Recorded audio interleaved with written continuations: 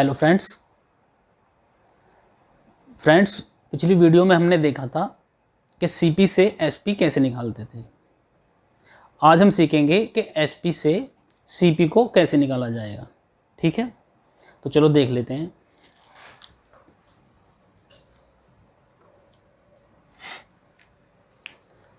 Example ले लेते हैं।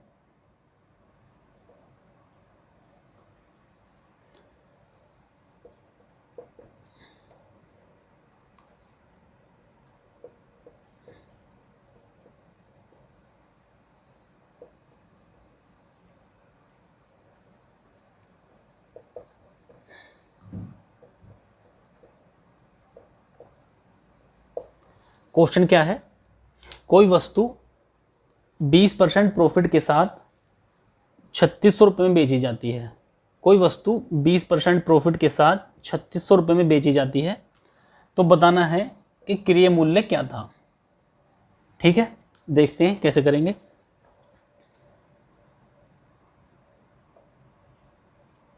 क्रय मूल्य हमें फाइंड आउट करना है।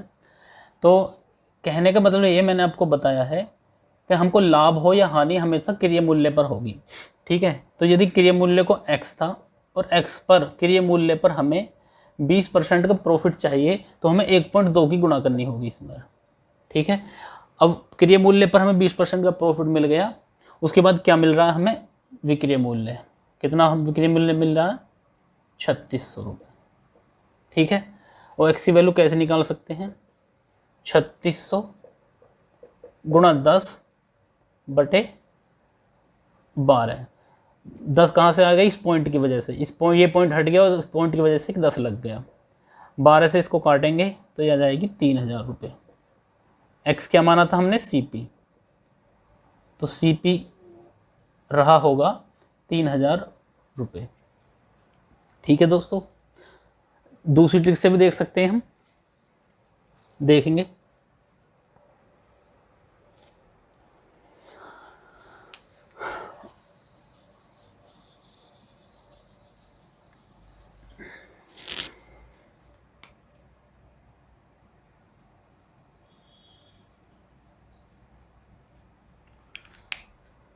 ठीक है, देखो प्रॉफिट मिल रहा है हमको 20%। 20% की फ्रैक्शन वैल्यू होती है 1/5। 5 पर 1 का प्रॉफिट मिल रहा है, तो कितना हो जाएगा? 5 पर जब 1 का प्रॉफिट मिलेगा, ये प्रॉफिट और ये प्रॉफिट, तो ये हो जाएगा 6। प्रॉफिट मिलने के बाद ये वैल्यू हो जाएगी 6 और इसको आप बोलेंगे एसपी, विक्रय मूल्य, और ये है 5 सीपी। हमको दे रखा पहले केसेस में हमें सीपी की वैल्यू दी हुई होती थी, अब एसपी की वैल्यू दे रखी है। तो एसपी हमारा है 6 यूनिट्स और क्वेश्चन में हमको दे रखा है 3600 यूनिट्स, 3600 रुपये सॉरी। तो अकॉर्डिंग टू क्वेश्चन 6 यूनिट्स की वैल्यू है 3600 रुपये। 1 यूनिट की वैल्यू हो जाएगी 600 रुपये और सीपी है हमारा 5 यूनिट, तो 5 यूनिट्स की वैल्यू हो जाएगी 600 गुणा 5, 3000 रुपये।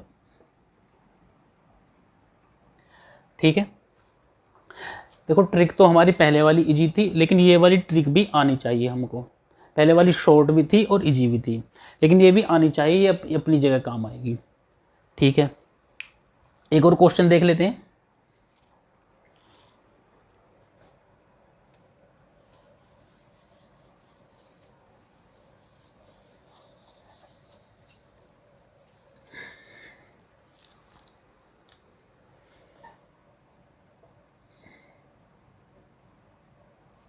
क्वेश्चन नंबर 2, विक्रय मूल्य एसपी हमको दे रखा है 5200 रुपये। प्रॉफिट परसेंट दे रखा है 30 और सीपी हमको निकालना है, क्रय मूल्य हमको निकालना है। ठीक है, एक बार मैं सवाल को पढ़ देता हूं। कोई वस्तु 30% लाभ के साथ 5200 रुपये में बेची जाती है। तो बताओ कि उस वस्तु का क्रय मूल्य क्या था। ठीक है, देखेंगे दोस्तों। यदि मान लिया जाए कि वस्तु का क्रय मूल्य x था और x पर हमको 30% का प्रॉफिट चाहिए, x पर हमको 30% का प्रॉफिट चाहिए विक्रय मूल्य 5200 रुपये के लिए। तो यदि x पर हमको 30% का प्रॉफिट दिखाना है तो हम 1.3 की इसमें गुणा करेंगे। अब ये विक्रय मूल्य बन गया और जो किसके बराबर हो जाएगा, 5200 रुपये के। तो यदि x की वैल्यू हम निकालें तो 5200 गुणा 10/13, ये 10 आ गया इस पॉइंट की वजह से, ये पॉइंट हट गया यहाँ से और ये 10 लग गया। 13 से काटेंगे तो 4 बार कटेगा और 3 0,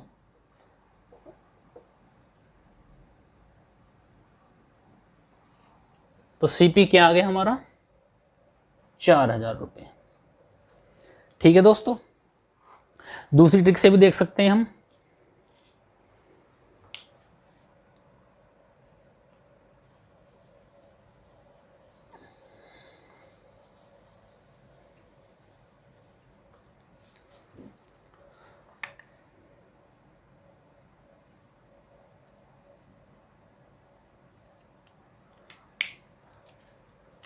प्रॉफिट परसेंट दे रखा हमको 30% का मतलब होता है 3/10। 30% की फ्रैक्शन वैल्यू होती है 3/10। ठीक है, तो 10 पर 3 का प्रॉफिट हो रहा है, ये CP और ये प्रॉफिट होने के बाद ये बन जाएगा SP और नीचे रहेगा CP 10 यूनिट्स। क्योंकि मैंने आपको बताया कि लाभ हो या हानि हमेशा क्रय मूल्य के बेस पर होगा, क्रय मूल्य हमेशा नीचे आएगा। ठीक है, तो हमको दिया हुआ है क्या, विक्रय मूल्य दिया हुआ है। विक्रय मूल्य हमारा है 13 यूनिट और क्वेश्चन में हमको दिया हुआ है विक्रय मूल्य 5200 रुपये। तो अकॉर्डिंग टू क्वेश्चन 13 यूनिट्स की वैल्यू है 5200 रुपये। 1 यूनिट की वैल्यू हो जाएगी 400 रुपये 13 से काटने पर, और इसलिए CP है हमारा 10 यूनिट। 10 यूनिट्स की वैल्यू हो जाएगी, जब 10 की मल्टीप्लाई करेंगे, 1 यूनिट की वैल्यू 400 रुपये, तो 10 यूनिट की वैल्यू कितना, 4000 रुपये।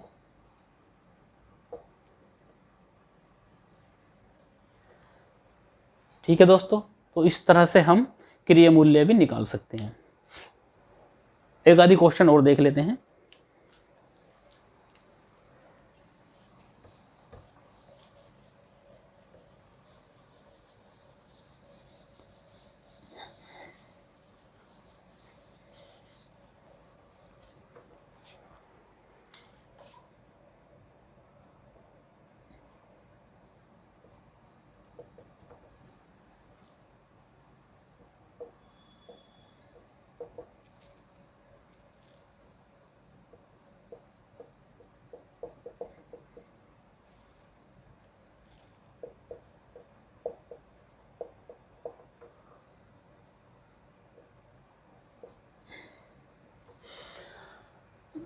देखो दोस्तों, अभी हमने केवल प्रॉफिट वाला केस लिया था, इस बार हम लॉस वाला केस ले रहे हैं।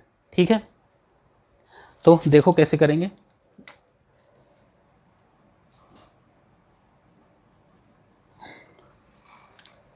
ठीक है, तो यदि लॉस या प्रॉफिट के केस में कॉम्प्लिकेटेड भिन्न आ रही है, कॉम्प्लिकेटेड फ्रैक्शन आ रहा है, तो उसके लिए हमारी सेकंड वाली ट्रिक जो रहेगी वो ज़्यादा इजी रहेगी। ठीक है, तो देखो लॉस दे रखा है हमें, लॉस परसेंट 16 सही 2/3%, 16 सही 2/3%, और इसकी फ्रैक्शन वैल्यू होती है 1/6। ठीक है, 16 सही 2/3% की वैल्यू होती है 1/6, ये हम पहले भी देख चुके हैं। ठीक है, मैं फ्रैक्शन वैल्यू आपको लिखा दूंगा, मैं दोबारा से रिपीट कर रहा हूँ। ठीक है, उससे सारा क्लियर हो जाएगा कि किस कॉम्प्लिकेटेड भिन्न की फ्रैक्शन वैल्यू क्या होती है। ठीक है, अभी लॉस परसेंट दिया हुआ हमें 16 सही 2/3%, तो इसकी फ्रैक्शन वैल्यू होती है 1/6, मतलब हम पर 6 पर 1 का हमको लॉस हो रहा है। ठीक है, यदि ये CP है तो ये हो रहा है हमको लॉस। लॉस होने के बाद ये बन जाएगा SP। 6 पर 1 का लॉस हो रहा तो 1 कम कर दिया, ये बन गया SP और ये CP। ठीक है, तो अकॉर्डिंग टू क्वेश्चन हमें क्या दिया हुआ है, विक्रय मूल्य दिया हुआ है कितना, 3500 रुपये, और हमारा विक्रय मूल्य कितना आ रहा है, 5 units. According to question 5 units की वैल्यू किसके बराबर है, 5 यूनिट्स की वैल्यू है 3500 के बराबर, इसलिए 1 यूनिट की वैल्यू हो जाएगी 5 से काटने पर 700 के बराबर, और हमारा क्रय मूल्य है 6 यूनिट, इसलिए 6 यूनिट CP बराबर 6 यूनिट्स। 6 यूनिट्स की वैल्यू है, 6 से इसमें मल्टीप्लाई करेंगे 4200 रुपये। ठीक है दोस्तों, इस तरह से हम क्वेश्चन सॉल्व कर सकते हैं।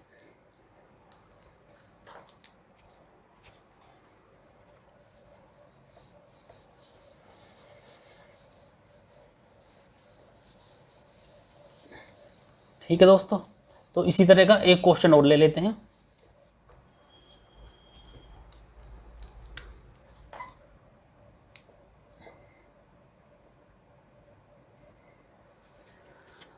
विक्रय मूल्य दिया हुआ है 9100 रुपये, लॉस परसेंट हमको दिया हुआ है 18 सही 3/4%। तो हमें बताना है कि क्रय मूल्य CP क्या रहा होगा, क्रय मूल्य CP क्या रहा होगा। क्वेश्चन को मैं पढ़ देता हूं एक बार। किसी वस्तु को 18 सही 3/4%, 18 सही 3/4% हानि पर 9100 रुपये में बेचा जाता है, तो बताइए कि वस्तु का क्रय मूल्य क्या था। ठीक है, देखो कैसे करेंगे।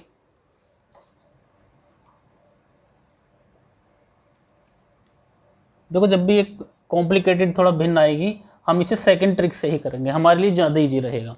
ठीक है, तो देखो 18 सही लॉस हमको दे रखा है,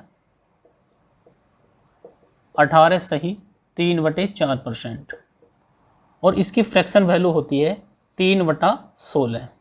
कैसे, 18 की मल्टीप्लाई अगर हम 4 में करें तो 72 और प्लस 3 तो 75/4, और परसेंटेज की स्थान पर हम रख देंगे 1/100। तो 25 से काटने पर 3 टाइम्स और इसको 4 टाइम्स, 25 से काटने पर तो कितना आ गया 3, इनकी आपस में मल्टीप्लाई 3/16। तो क्या होती है इसकी वैल्यू 3/16।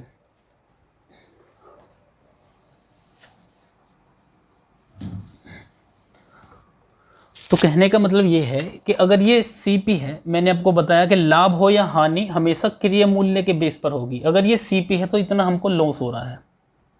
अगर ये 16 यूनिट क्रय मूल्य है तो हमको 3 यूनिट्स का लॉस हो रहा है।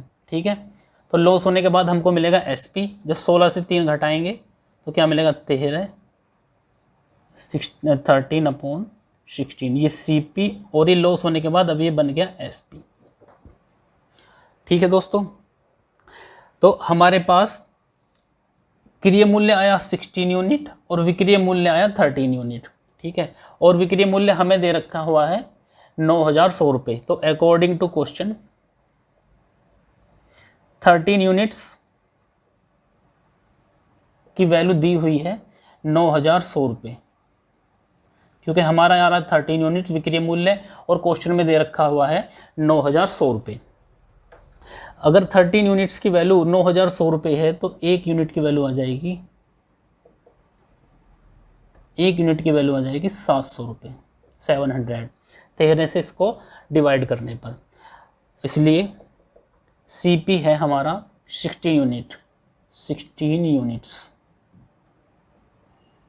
अगर 1 यूनिट की वैल्यू 700 रुपये है तो 16 यूनिट की वैल्यू आ जाएगी 11,200 रुपये, 16 की मल्टीप्लाई करने पर। ठीक है दोस्तों,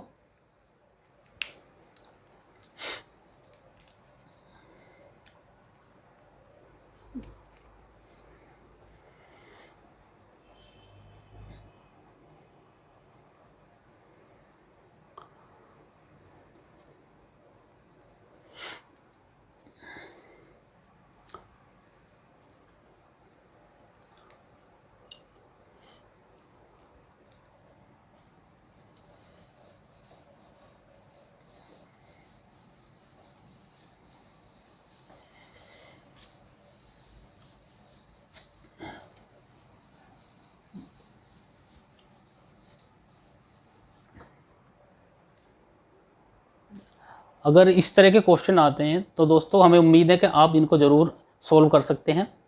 ठीक है, अब हम करेंगे कि अंकित मूल्य से सीपी कैसे निकाला जाता है। ठीक है,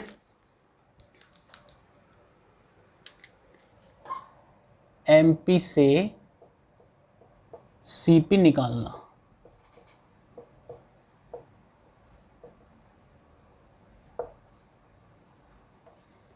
ठीक है, एक बार देख लेते हैं कि एमपी होता क्या है।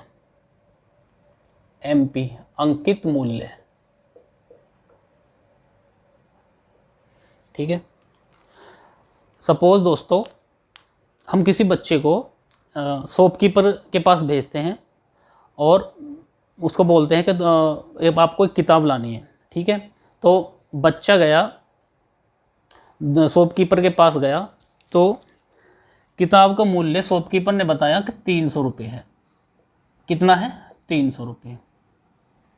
साथ के साथ वो ये भी बोल रहा है कि अगर तुम मुझे नगद पेमेंट करते हो, नगद पैसा देते हो, तो मैं तुम्हें 10% का डिस्काउंट दे दूंगा। ठीक है, मैं तुम्हें 10% का डिस्काउंट दे दूंगा। तो उसका कहने का मतलब ये है कि हर एक 100 रुपये पर, हर एक 100 रुपये पर वो 10 रुपये छोड़ देगा। ठीक है, तो 300 पर कितने छोड़ेगा? जब 10 रुपये वो 100 रुपये पर छोड़ रहा है, तो 300 रुपये पर कितना छोड़ेगा? 30 रुपये। तो कहने का मतलब ये है -30, वो 270 रुपये में वो उस किताब को दे देगा। ठीक है, तो ये क्या हुआ? 300 रुपये हुआ हमारा एमपी, अंकित मूल्य।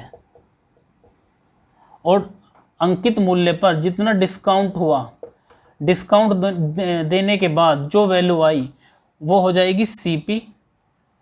वो खरीदने वाले के लिए तो सीपी हो जाएगी, क्रेता के लिए तथा बेचने वाले के लिए उसको ही हम एसपी बोल देंगे। वही चीज़ जो विक्रेता होगा उसके लिए तो एसपी हो जाएगा, विक्रय मूल्य, और खरीदने वाले के लिए क्रय मूल्य। ठीक है, अब देखते हैं क्वेश्चन।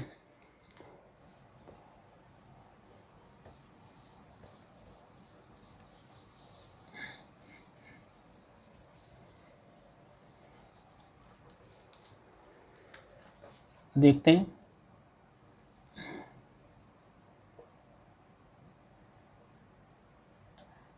एमपी अंकित मूल्य हमको दे रखा है 400 रुपये, और इस पर डिस्काउंट दे रखा है बट्टा, हिंदी में इसको बट्टा बोलते हैं, 10%। ठीक है, तो एसपी क्या होगा? ठीक है, सवाल में पढ़ देता हूं। ठीक है, यदि किसी किताब का मूल्य, यदि किसी किताब का अंकित मूल्य 400 रुपये है, यदि किसी किताब का अंकित मूल्य 400 रुपये है तथा दुकानदार उस किताब पर 10% का बट्टा देता है, तो बताइए कि वस्तु का विक्रय मूल्य क्या होगा। ठीक है दोस्तों, तो देखो कैसे करते हैं।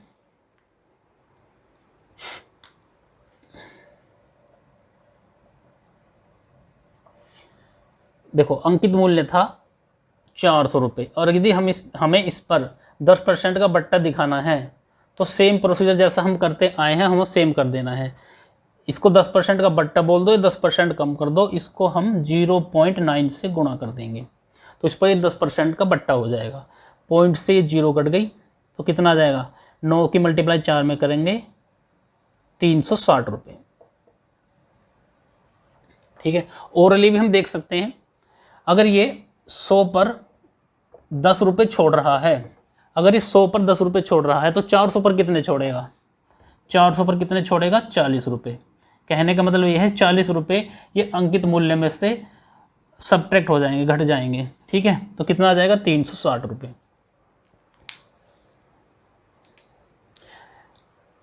दूसरी ट्रिक से और देख लेते हैं हम।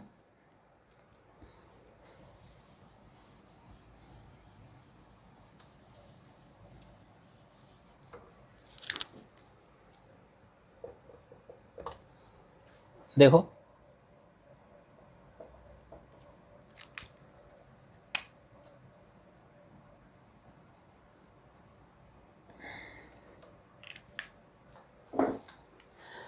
डिस्काउंट दे रखा है हमें बट्टा 10% का, ठीक है। 10% की फ्रैक्शन वैल्यू होती है 1/10, 10 पर 1 का बट्टा दिया जा रहा है, ठीक है। तो 10 से 1 घटाएंगे तो क्या बचेगा, 9/10।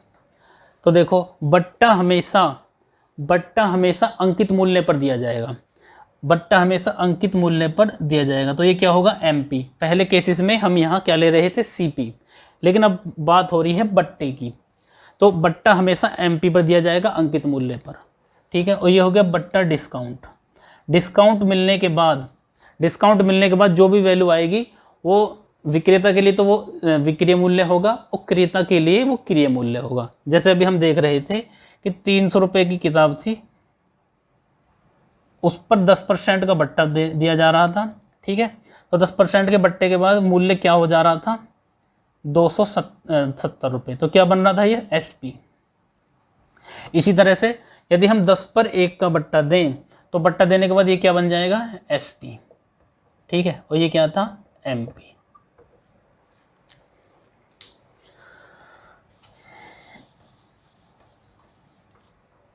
अब देखो MP है हमारा 10 यूनिट और SP है हमारा 9 यूनिट्स। हमें वैल्यू दी हुई है MP की। तो अकॉर्डिंग टू क्वेश्चन 10 यूनिट्स की वैल्यू है 400 रुपये,